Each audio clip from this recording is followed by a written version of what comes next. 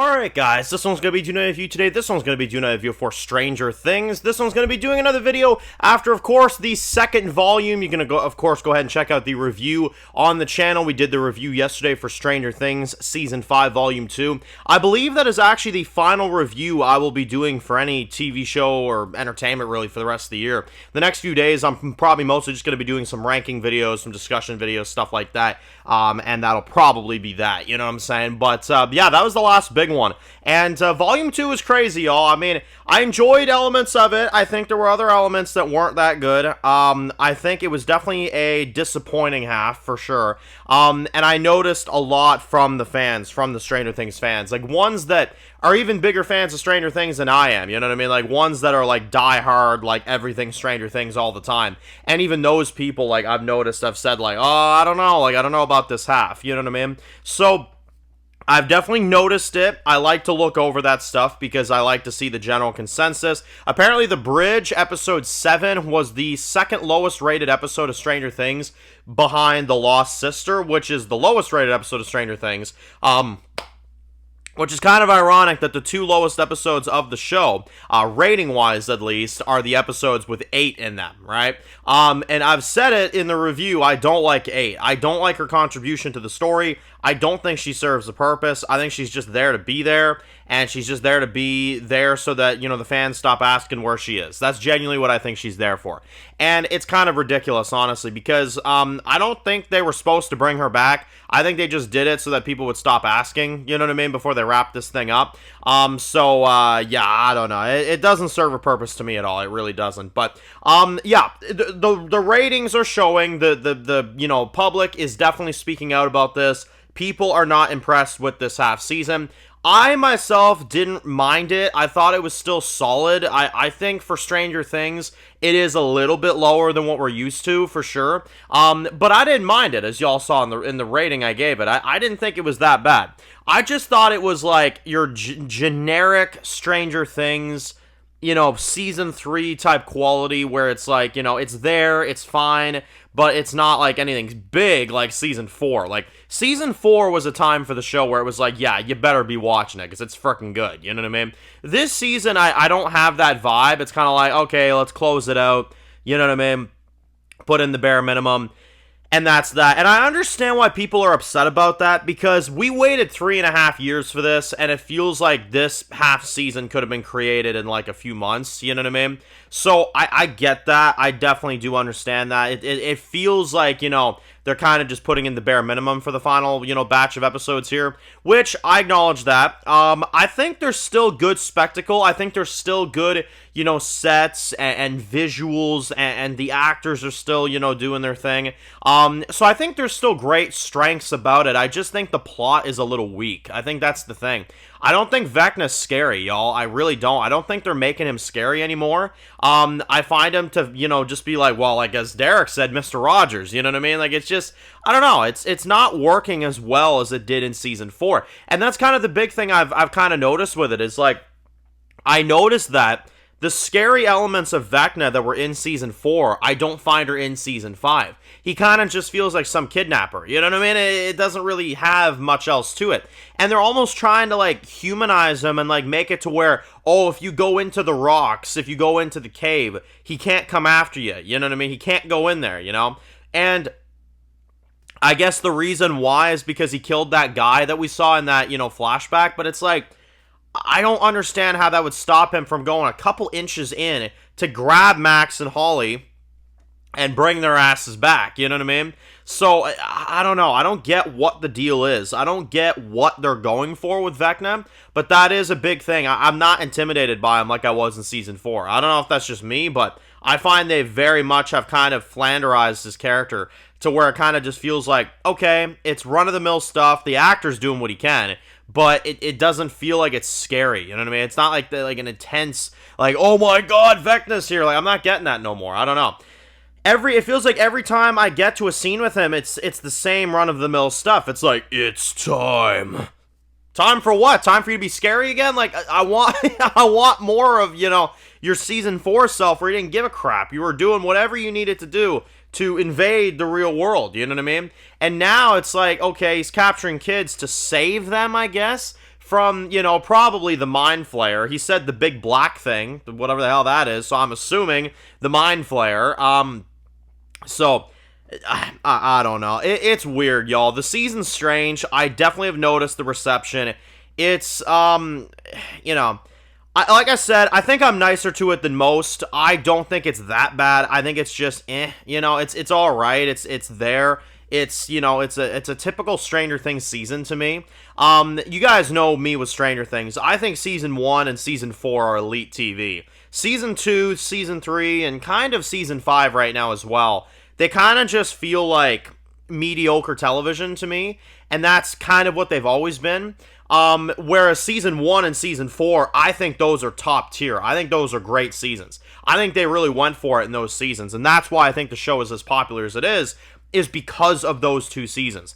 I think season 2, season 3, and kind of 5 right now as well is kind of just falling under that, you know, generic trope. They can't kill any characters because they're too afraid of pissing off the fans, which I noticed that as well. Yeah, the snowflake, you know, writing with the characters is really bad. It really is. Like, they can't even kill a single character. They couldn't even kill the soldier that was in the army in episode 4 that got flung across the room. They couldn't even do that. He's in the hospital freaking recovering right now. You know what I'm saying? Like, they can't even kill a single character. Like, I saw somebody tell me, they were like, Dan, I wonder if they brought the teacher back, you know, from Erica's class, in the series finale, just so that they have a character to kill, you know? And I'm like, yeah, probably, you know? Like, you know, like, who? Like, you know? So, I think that's the biggest issue, is, like, I think that's the biggest issue with the season overall. Because, yeah, Vecna's not as good as he was in season 4, and yeah, the plots are not plotting as much as they were last season, but I think there's still enough ground to make good entertainment, and I think there's good scenes in here. I think there is.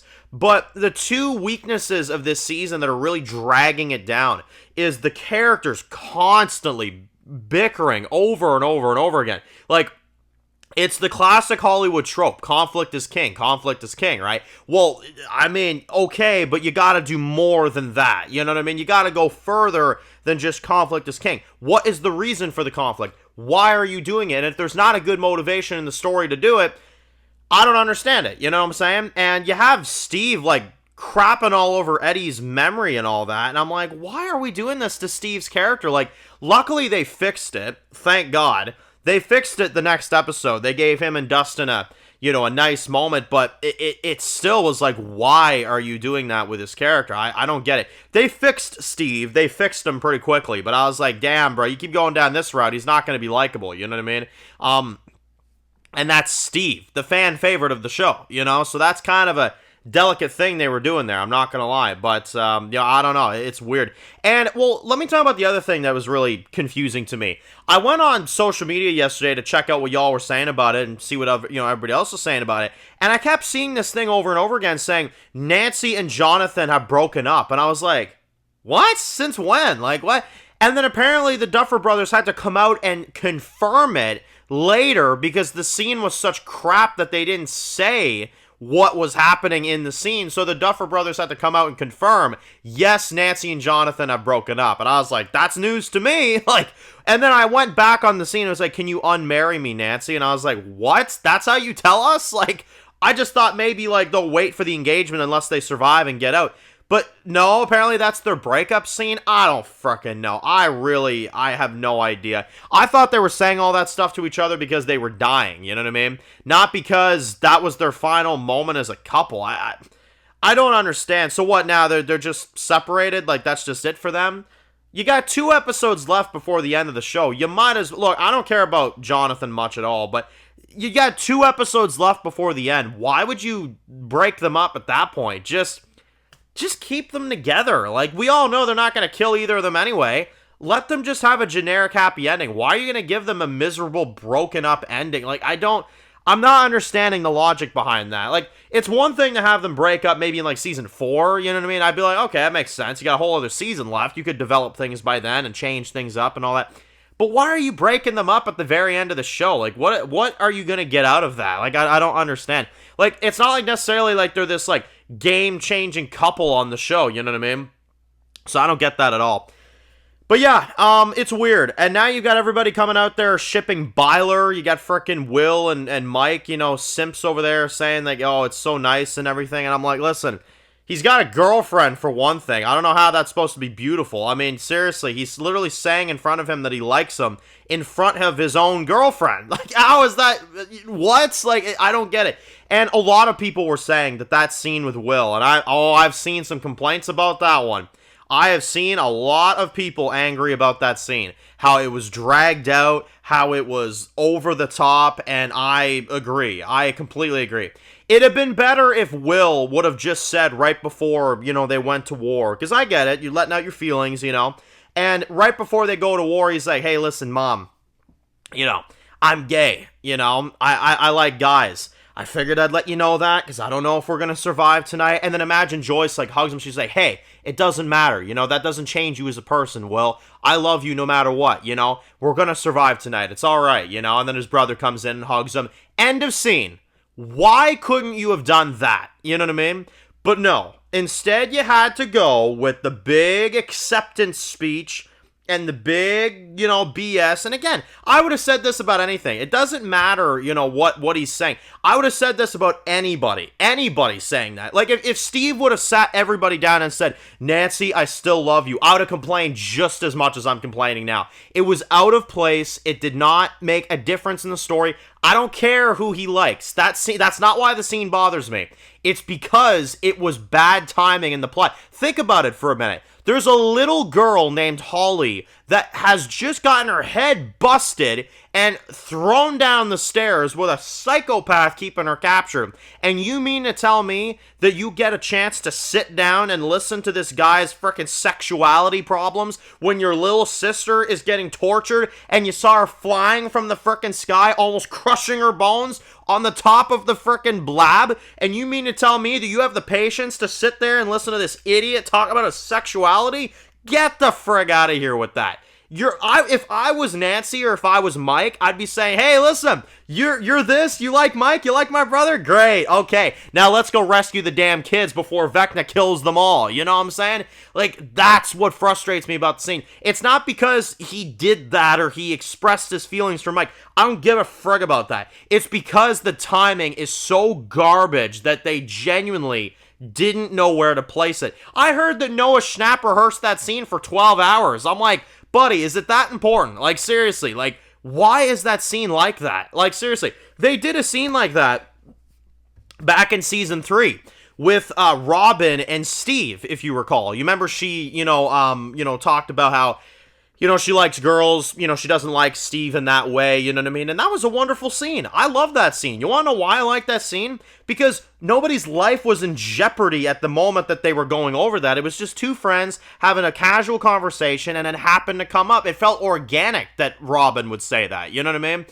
Will, it was like, oh my god, everybody gather around. The kids are getting tortured by Vecna. The world is about to end, but let's sit there right now and frickin' talk about my sexuality. Like, it's so for TV, and I know what they're doing it for, and it's really annoying that they shove that garbage in the show.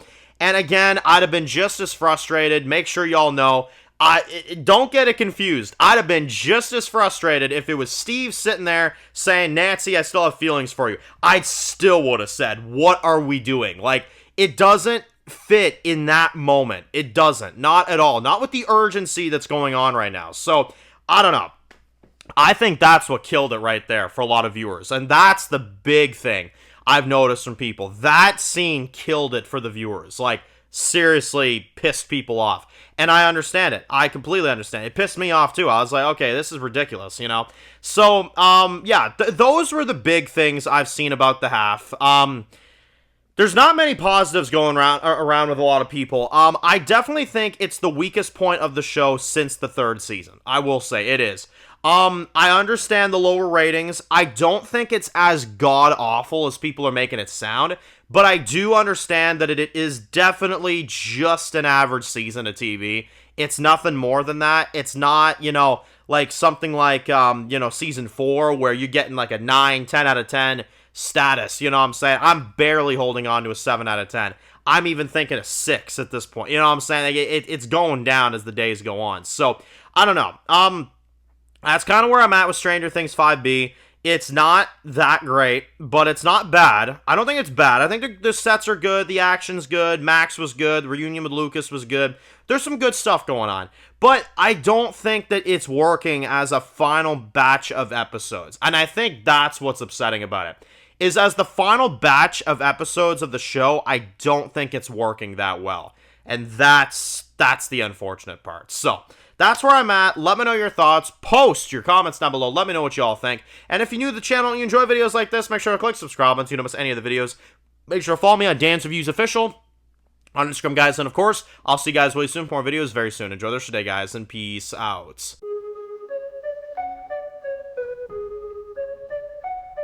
Born in the dark alleys, city of concrete. Dan's reviews blowing up, never taste defeat. Walking Dead dissected every plot twist beat. World gone mad, TV junkies hit a treat.